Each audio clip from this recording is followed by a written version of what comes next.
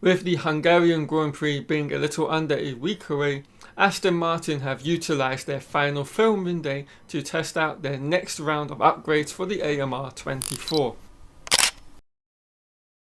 And with it, we've gotten a glimpse at the B-spec package that the team will be unveiling for the rest of the season, starting at Hungary, and potentially a next set of upgrades will be used in Spa. Now, interestingly, from what we've seen through footage and through photos, there's a couple of areas that have had key changes implemented to them. Now, of course, the key change and the most important area on this generation of cars is, of course, the underfloor and the floor in itself.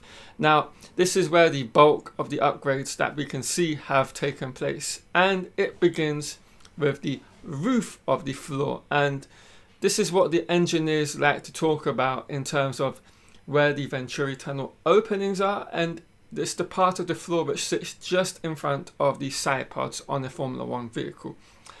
And what the team have undertaken in this particular point is the structure in which the lower side impact structure is housed has had a complete revamp for the new floor for the Hungary upgrade. And what they're trying to do, as you can see on screen right now, is to accelerate and guide the airflow further outboard towards the leading floor edge, and of course to accelerate the airflow in that region towards the back of the AMR and to their diffuser. And there's another area at the front of the floor which is undergone a change, and it's what we would call the outermost Venturi channel, the region which has the Cognizant logo on. The kind of curvature which is created around that particular part of the car has been completely revamped, perhaps further to enhance the leading flow of the air in and around, in and outside of that particular area, to accelerate once again the flow towards the back of the vehicle.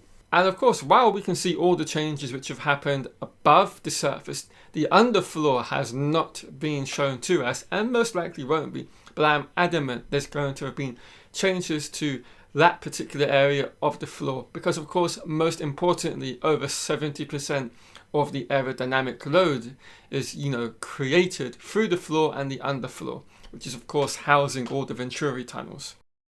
And of course, the other area in which a lot of changes can be seen from the Silverstone shakedown test just done this Friday is to either side of the cockpit, and it's in and around the halo area of that particular cockpit. Now, it's something that Ferrari have introduced on their SF24, and essentially it's like a turning vane or a winglet, which is now the whole length of the halo in terms of height, and it's literally sitting just at the same length of the halo, and this will be making sure that all the airflow is being guided in and around the engine cover and the Coke bottle region to help guide the airflow towards those particular two regions as I've mentioned, and of course the diffuser. And this is all about making sure that all the airflow structures that have been created with all of these winglets and the Venturi tunnels and the floors are interacting in harmony with the front wing, of course, as well. And it's really important, a particular aspect of these ground effect era cars. Every single component, every piece of kit that is put on any of these Formula One cars have to work in tandem together to make sure that they're getting the most out of the floor. So the front wing, the brake ducts, because those two are an aerodynamic element of this whole thing. The openings of the Venturi tunnels themselves, the floor edges, and all the winglets in and around the cockpit, they're all got to work harmoniously to make sure they're utilizing as much of the aerodynamic downforce points that they have on their car, and of course the load points. And this is essentially what the AMR24 is trying to do with its new upgrades for Hungary. Now, why was Silverstone elected to be the racetrack to use and to test the new upgrades? Well, for a couple of reasons. One, of course, it's being very close to the factory in which they've just opened and operating. But of course, secondly, and more importantly, they've just had the British Grand Prix the previous weekend. And so they have a huge ton of data to shift through from having just had the races and all the practice sessions. And then of course, with all the data gathered from the filming day this Friday, they can see what has worked, what hasn't worked, and the kind of setups that need to be ran with the new specification of AMR24. Now there is a final question which we need to address and to speculate on.